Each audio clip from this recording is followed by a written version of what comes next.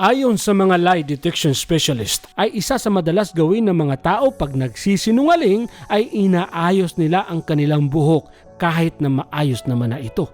Mapapansin mo rin ang biglang tingin niya kay Shaler noong sinabi niya na ex ng kanyang ate. Naging usap-usapan sa social media ang issue patungkol sa isang Soward family na si Jokes MTV. Ang kanyang tinulungan noon na matutong mag-vlog at mapalawak ang kanyang channel na si Shaler. Ang tanong tuloy ng karamihan, anong nangyari? Pero sino nga ba si Jokes MTV at paano sila nagkakilala ni Shaler? Pero bago natin umpisahan ang kwentuhan, kung bago ka pa lang sa channel na ito, huwag mong kakalimutang mag-subscribe at pindutin ang notification bell para updated ka palagi sa aming mga susunod na kwentuhan. Kasama si Kaya Mo To TV, tara na magkwentuhan. Yung mga hindi pa nakakakilala kay Jokes, panoorin nyo ang dalawang link na video na nasa description upang malaman nyo ang detalyadong kwento patungkol sa kanyang naging karanasan sa Bukana at Burias Island. Pero para makarelate ang karamihan sa ating mga manonood ay ikukwento din natin dito ang konting background patungkol kay Jokes MTV. Siya si Jokes Margatinis, 45 years old, mula sa Palabo, Davao del Norte. Lumaki si Jokes na hindi naranasan ang pag-aaruga ng kanyang ama. Kaya ang dami niyang pinagdaanan, mairahos lang ang araw.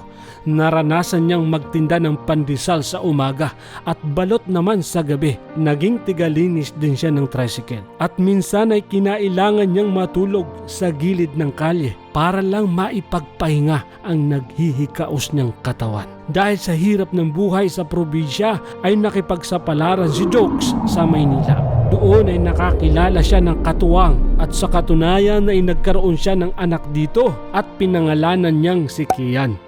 At sa kagustuhan mabigyan ng magandang kinabukasan ang kanyang mag-ina ay nakipagsapalaran si Jokes sa abroad.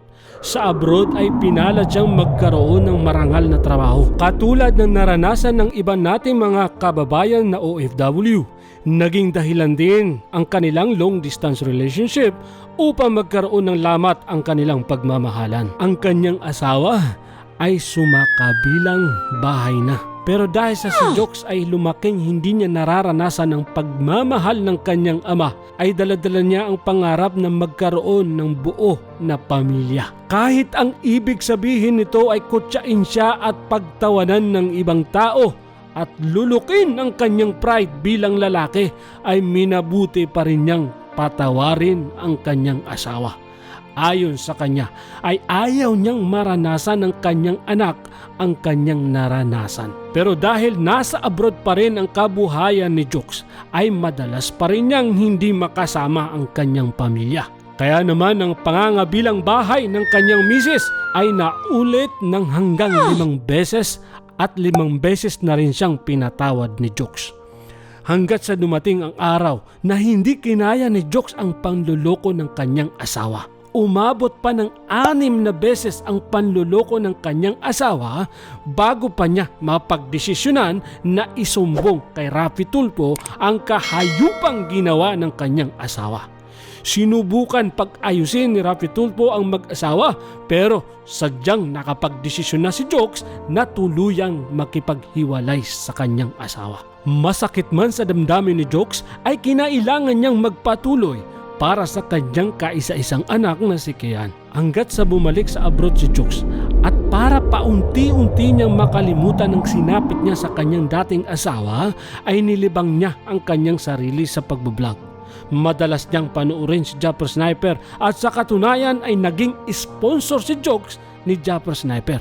Sa kakapanood ni Jokes sa vlog ni Japper Sniper ay nagkaroon nito ng inspirasyon at motibasyon na mag full-time sa pagbablog. Umuwi ito sa Pilipinas at doon niya ipinagpatuloy ang kanyang pagbablog sa Cavite. Pero sa kasamang palad, ang bahay na matagal nang binabayaran ni Jokes noong nasa abroad pa siya ay na-foreclose na. Dahil sa kapabayaan ng kanyang dating asawa, hindi niya ibinayad ang perang hinuhulog ni Jokes para sa kanilang bahay. Magkaganon pa man, positibo ang pananaw ni Jokes sa pagbablog. Kaya naman, kahit walang gaanong nanonood sa kanyang mga video ay patuloy pa rin ito sa kaka-upload. Hanggat sa magkaroon ng pagkakataon si Jokes na makilala sa online si RTD. Pinangakuan ni RTD si Jokes na matutulungan niya itong mapalawak ang kanyang YouTube channel dahil si RTD ay malapit kay Wasalak at sa ibang Bukana vloggers at napapanood din ni Jokes si RTD minsan sa mga vlog ni Japper Sniper. Kaya naman pinagkatiwalaan niya ito hanggat sa gumastos ito ng 35,000 at wala pa ring nagbabago sa bilang ng kanyang subscriber. Ibig sabihin nito, niloko lang ito ni RTD. Pero dahil sa malasakit ng kanyang mga manonood at sponsor, nagkaroon siya ng pagkakataon na makilala si Jimmy Nukom at iba pang Bukana vloggers. Si Jimmy Nukom ay ang sekretary ni Japper Sniper. Pinayuhan din siya ng kanyang sponsor na sa Bukana na mangumpahan para mapalapit kay Japper Sniper. Doon nakasama niya sa bahay ang mga kaibigan ni Japper Sniper. Sa tulong ng mga ibang Bukana vloggers ay nadagdagan ng mga manonood ni Jokes. Pero hindi pa rin sapat ang kanyang revenue para mabuhay. Hanggat sa maubos ang kanyang naipon mula sa abroad at nagkataon pa na nasira ang kanyang cellphone at hindi na ito nakapag-vlog. Habang nasa live siya upang ipaalam sa kanyang mga manonood na babalik na lang siya ng Cavite ay hindi niya naiwasang maluha dahil sa pangungulila sa kanyang anak. Dahil sa emosyonal na live ni Jokes ay dumagsa ang gustong tumulong sa kanya. Sa pamamagitan ng kaibigan ni Japper Sniper na si Franstar ay may nag-sponsor sa kanya ng bagong cellphone. Tinawagan din siya ng isang Burias vlogger na si John Igor upang isama siya 10 ng kanyang mga kasamahan sa Burias Island. Hindi nagdalawang isip si Jokes at sumama sila sa Burias Island. Bumulusok ang channel ni Jokes kasama ang kanyang mga kaibigan hanggat sa kalaunan ay humina rin ito. Dahil sa dami ng vlogger sa Burias Island ay nahati ang mga manunood. Sinubukan din ni Jokes mag-vlog sa Davao pero hindi rin nagtagal ay bumalik din siya sa Burias Island. Hanggat sa maisipan ng buhay ng bayani ng Bukana na si Japper Sniper na magpa-challenge. Ang hamon ay magkaroon ng 100,000 pesos na sahod sa loob lamang ng isang buwan. At isa sa mga maswerteng nakasali sa challenge ay si Jokes. Kahit na nangulelat noong una si Jokes sa challenge ay sa tulong ni Japper Sniper at ang kanyang mga kaibigan ay naipanalo din niya ang challenge at sumahod ng mahigit 100,000 sa loob lamang ng isang buwan. Pero ang pinakamalaking napanalunan ni Jokes sa challenge ay ang mapalapit kay Japper Sniper. Pagkatapos kasi ng challenge ay madalas na si Jokes sa mga vlog ni Japper Sniper at doon na rin siya natutulog sa mahiwagang kubo ni Japper Sniper. Sa katunayan ay isinama pa ni Japper Sniper si Jokes noong umuwi ito ng Mindanao. Sa Mindanao ay nagkaroon ng pagkakataon si Jokes na makilala ng lubusan ng ibang kamag-anak ni Japper Sniper. Nagkaroon din siya ng ibang mga content na patok sa kanyang mga manonood. Hanggat sa isang gabi, habang nagbablog ay nakita niya ang isang babaeng na ayon kay Jokes ay magandang dilag, maputi at matangos ang ilong. Siya ay si Shaler Merafuentes, taga Mutya, Zamboanga del Norte. Nagtapos siya ng high school sa Mutya National High School, Zamboanga del Norte. Isang tattoo artist at may isang anak. Ayon sa kanyang Facebook profile, gusto niya ng babae at gusto niya rin ng lalaki. Sa madaling salita, double blade ang kanyang kasarian. Importante kay Shaler ang kanyang kagandahan. Kaya naman, nagparitoke din ito ng ilong. Business-minded si Shaler at matulungin sa kanyang mga magulang. Sa katunayan ay may sarili siyang tindahan at tinutulungan din niya sa pagtitinda ang kanyang ina. Dahil madaling nagkapanatagan ng loob si Shaler at si Jokes, ay naging patok sa mga manonood ni Jokes ang kanilang love team. Sa pagkakaakalang magkakaroon na ng katuwang ang kanilang iniidolo. Matapos kasi lukuhin ng kanyang dating asawa si Jokes, ay laking tuwa ng kanyang mga tagahanga na sa wakas ay may magpapasaya na rin sa kanilang iniidolong si Jokes. Tinangkilik ng mga tagahanga ni Jokes ang samahan nila ni Shaler. Gumawa rin ng YouTube channel si Shaler at pagkaraan lamang ng ilang linggo sa tulong ni Jokes ay umabot na mahigit 5,000 ang kanyang subscriber. Dahil din kay Jokes ay nakilala ni Saler si Japro Sniper at iba pang Sword family. Naging dahilan ito para tangkilikin palalo ng Sword viewers si Saler. Hanggat sa isang araw ay nagkayayaan ng Sword family na maligo sa swimming pool. Dahil sa kagustuhan ni Jokes na maisama si Saler sa kasiyahan ay sinundo pa nila ito. Masayang nagpunta ang buong Sword family kasama si Jokes at Saler sa lugar kung saan sila maliligo. Hanggat sa nagulat na lang ang karamihan sa nakita nila sa vlog ni Jokes. Naglalakad doon si Jokes papunta sa ibang cottage upang tanungin sina Saler at ang kanyang kaibigan kung ano ang ginagawa nila doon. Sabay paliwanag ng kaibigan ni Saler na ex daw ng kanyang ate ang isa sa mga lalaki doon. Mapapansin sa video ang biglang tingin niya kay Saler noong sinabi niya na ex ng kanyang ate ang isa sa mga lalaki doon. Nakakapagtaka rin na ang lalaking katabi ni Saler ay kamukha ng ka-FaceTime ni Saler sa kanyang Facebook account. Ang tanong tuloy ng inyong lingkod, ay iisa lang ba ang lalaking nasa video ni Jokes at ang lalaking ka-FaceTime ni Saler? At bakit defensive masyado ang sagot ng kaibigan ni Saler? Ayon sa mga lie detection specialist, ay isa sa madalas gawin ng mga tao pag nagsisinungaling ay inaayos nila ang kanilang buhok kahit na maayos naman na ito.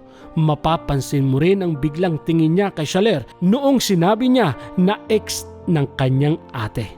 Pero syempre, ito ay analisa lamang ng inyong lingkod, pupwedeng tama at pupwede ring mali. Pero ang panigurado ay isang kabastusan sa pagkalalaki ni Jokes ang ginawa ni Saler. Kahit na ano pa ang dahilan, hindi pwedeng lumipat sa isang grupo na puro lalaki at iniwan ni Saler ang kanyang mga kasamahan. Hindi lang ito nakakahiya kay Jokes, kundi pati sa mga kasamahan nito. Ipinahiya ni Saler si Jokes sa kanyang mga kasama, pati sa kanyang mga manonood. Noong nag-post si Jokes patungkol sa pagpapaiwan ni Saler, ay nagpapahiwatig lamang ito ng pag-aalala. Kasi pag may nangyari kay Saler, ay si Jokes ang mananagot dahil alam ng karamihan na sila ang magkasama. Sa madaling salita, kargo di konsyensya ni Jokes si Saler pag may nangyari sa kanya. Ang payo ng inyong lingkod kay Saler, huwag mong sisihin ang mga nambabas sa'yo. Dahil kung ano lang ang ipinapakita mo, yun din ang ibinabalik sa'yo ng mga manunood. Ang panghuhusga sa'yo ng mga tao ay nagbabase lang din sa mga kinikilos mo. Sa madaling salita, huwag kang bastos para hindi ka mabastos. Patungkol naman sa pagkadamay ng iyong ina, kasalanan mo rin yun.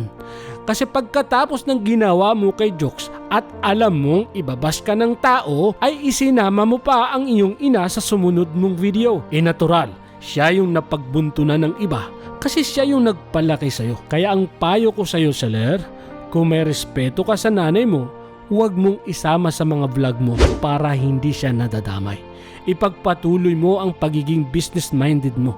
Malay mo balang araw ay makahanap ka ng produktong ikakabago ng buhay mo at ng iyong anak. Naway may natutunan tayo sa kwento ng buhay ni Jokes MTV. Dapat maintindihan din natin na lahat ng emosyon na ipinagkaloob sa atin ng Panginoon ay sandata. Kagaya ng kaligayahan, isa yang sandata upang maramdaman mo ang kasiyahan. Kahit na gaano ka pa rin kahirap, ay may kakayanan ka pa rin maging masaya. Kalungkutan, dahil kahit gaano ka kayaman at kalakas, kakailanganin mo ang tulong ng iba para maiahon mo ang iyong sarili mula sa kalungkutan. At ang kalungkutan din ang gumagabay sa iyo para maipakita mo sa iyong mga kaibigan at kapamilya ang iyong simpatya. Pero ang pinaka-importante sa lahat ay ang galit. Kagaya ng kaligayahan at kalungkutan,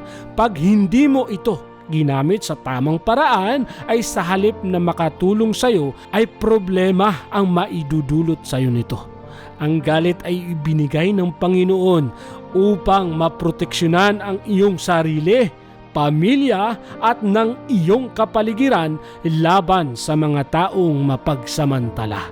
Kaya pag inabuso ka ng tao, natural lang na magalit at ipakita mo sa tamang paraan. Magpatawad ka hanggang gusto mo. Pero hindi nangangahulugan na kakalimutan mo na ang pang-aabuso sa iyo ng ibang tao. Iparamdam ang iyong galit sa tamang paraan upang hindi maulit ang pang-aabuso at hindi na rin pamarisan ng iba. Sana na-inspired kayo sa video na ito at huwag kalimutang i-like at i-share para ma-inspire din yung iba. Maraming salamat sa mga nag-subscribe at yung hindi pa nakakapag-subscribe, mag-subscribe na kayo at pindutin ang notification bell para lagi kayong updated sa aming mga panibagong videos. Dahil pupunuin natin ang channel na ito ng inspirasyon at motibasyon. Mapagpalang araw sa inyong lahat. Kasama si Kaya Mo To TV, tara na magkwentuhan.